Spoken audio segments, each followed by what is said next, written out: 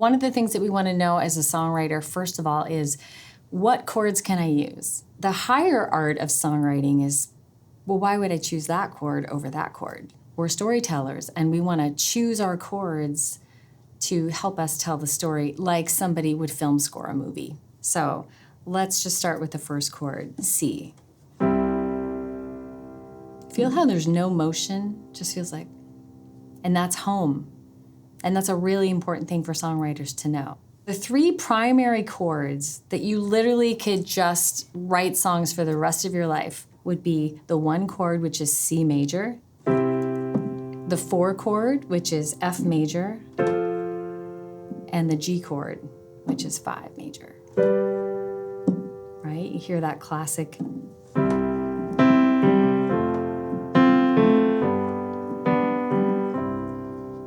So you can make an entire career out of just these 3 primary chords, 1, 4, and 5. They're really journey songs. They really are great storytelling songs.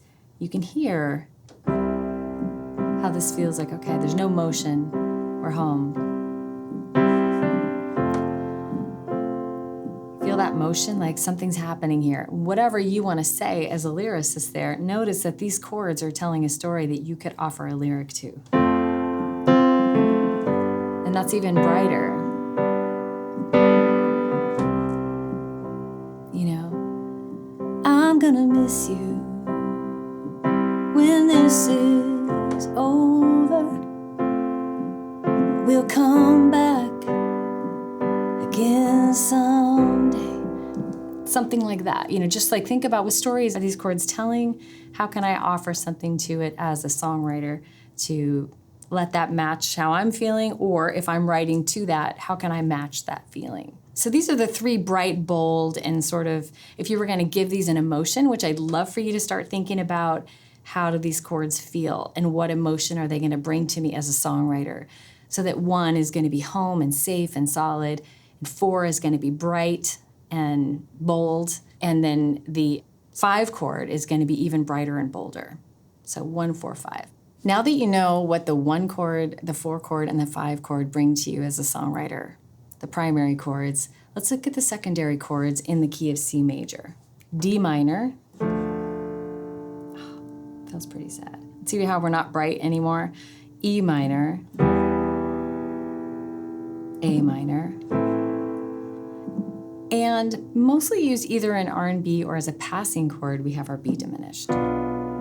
Feel how that just feels really extreme. So it would depend on what you were writing if you were going to use that chord. But for now, we'll just bypass that 7th diminished chord, and we'll just talk about the D minor, the E minor, and the A minor, and what emotion that brings to you as a songwriter. How do they feel? What are they offering?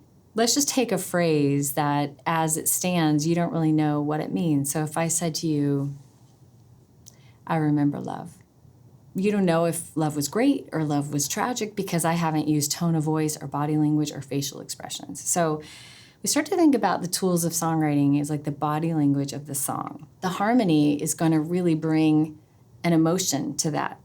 So maybe you'll know what love felt like. Let's just start on that tonic chord C just to create some motion. And I'm going to go to the secondary chord, which is D minor.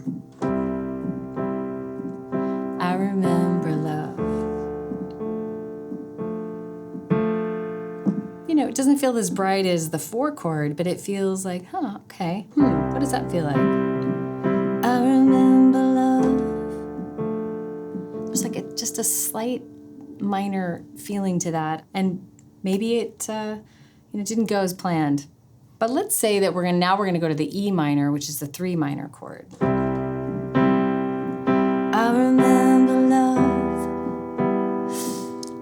Like what happened, right? That just feels, that E minor, by the way, very underused chord for songwriters, that 3 minor chord. It just feels a little more complicated, maybe nostalgic. It's a little darker. So what do you want to be able to say there? What does love feel like then?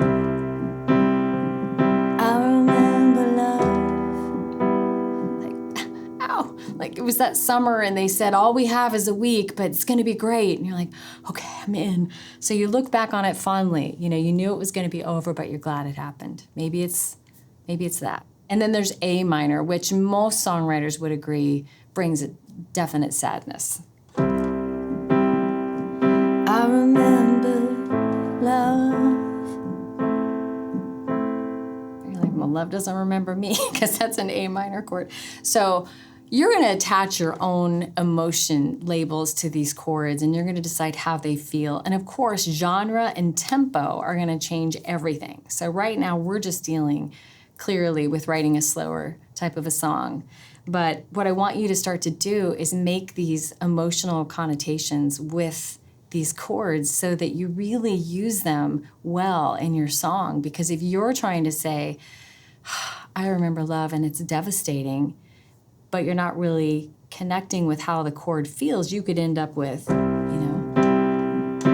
remember love. That feels like the sun was out and it was awesome, right? That's the 5 chord. So if you really wanted to feel more emotionally nuanced in more of a complication, or it's darker, something wasn't great about it, try that E minor, right?